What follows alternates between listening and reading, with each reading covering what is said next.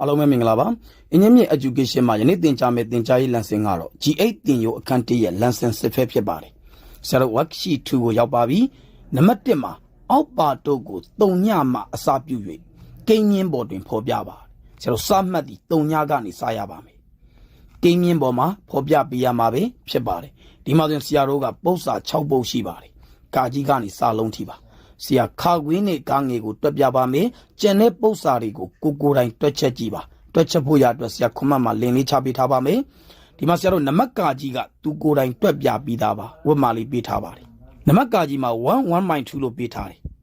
1 1.2ရဲ့လက္ခဏာကိုကြည့်တဲ့အခါမှာ plus ပါ။ဒါဆိုရင်ဆရာတို့က3ညရဲ့အပေါင်းဘက်ကိုတွားရမှာပဲဖြစ်ပါတယ်။ဒါကိုသိရပါမယ်။ဘယ်နှ unit တွားမလဲကြည့်တဲ့အခါမှာ1 1.2လို့ပြောသည့်အတွက်1 unit ခွဲသွားပါမယ်။1ကိုကြော်ပါတယ်1နဲ့2နဲ့ကြားမှာရှိရမှာပါ1နဲ့2နဲ့ကြားမှာဆရာတို့နှစ်ပုံပုံရင်တစ်ပုံကိုယူမှာပါစမှတ်ဒီဆရာတို့က3ညကစားရမယ်လို့ပြောထားပါတယ်ဒါကြောင့်ဆရာတို့က0ကနေစားလိုက်ပါတယ်1ကိုရောက်ရင်1 unit ပါသူလိုချင်တာဒီဆရာတို့က1 unit ခွဲပါခုယခုဖော်ပြလိုက်တော့ကိန်းမြင့်ဒီ1 1.2ရဲ့ကိန်းမြင့်ဖော်ပြချက်ပဲဖြစ်ပါတယ်ဒါဆိုဆရာတို့နံပါတ်ခါခွေမှာပေးထားသောတန်ဖိုးဒီ3 1.4ပါလက္ခဏာဒီ flash ဖြစ်သည့်အတွက်ဆရာတို့က0ရဲ့အပေါင်းဘက်ကိုတွားရမှာပဲဖြစ်ပါတယ်3 1.4 3နဲ့4နဲ့ကြားမှာတည်ရှိပါမယ်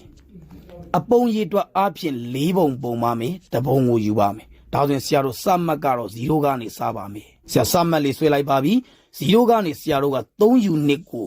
ကြော်ပြီးတော့4ပုံပုံရင်တပုံပါယခုဆရာရက်လိုက်တဲ့နေရာဒီ4ပုံတပုံရဲ့နေရာပဲဖြစ်ပါတယ်ဒီမှာဆိုဆရာတို့တပုံ2ပုံ3ပုံ4ပုံပါ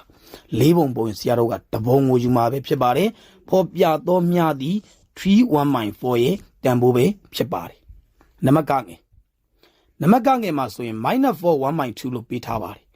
ပေးထားသောတန်ဖိုးသည် minus ဖြစ်သည့်အတွက်0ရဲ့အနှုတ်ဘက်ကိုတွားရမှာပဲဖြစ်ပါတယ်0ရဲ့အနှုတ်ဘက်ကိုတွားတဲ့အခါမှာဆရာတို့က4 unit ကိုကြော်ပါတယ်ဒါကြောင့်-4နဲ့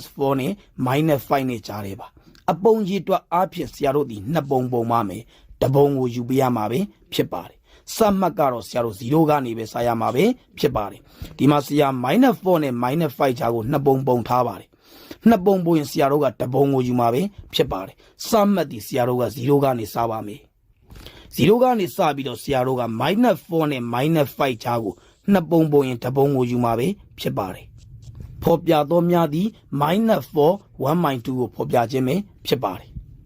နံပါတ်ခါခွေးနဲ့နံပါတ်ကငယ်ရဲ့ရှင်းလင်းချက်ကိုနားလည်လိမ့်မယ်လို့ထင်ပါတယ်ကျန်တဲ့ပု္ပ္ပစာတွေကိုကိုယ်တိုင်တွက်ကြည့်ပါဆရာခွန်မတ်မှာလင်လေးချပေးထားပါမယ်အားလုံးကိုကျေးဇူးတင်ပါတယ်ရှင်လန်းချမ်းမြေ့ကြပါစေဗျာ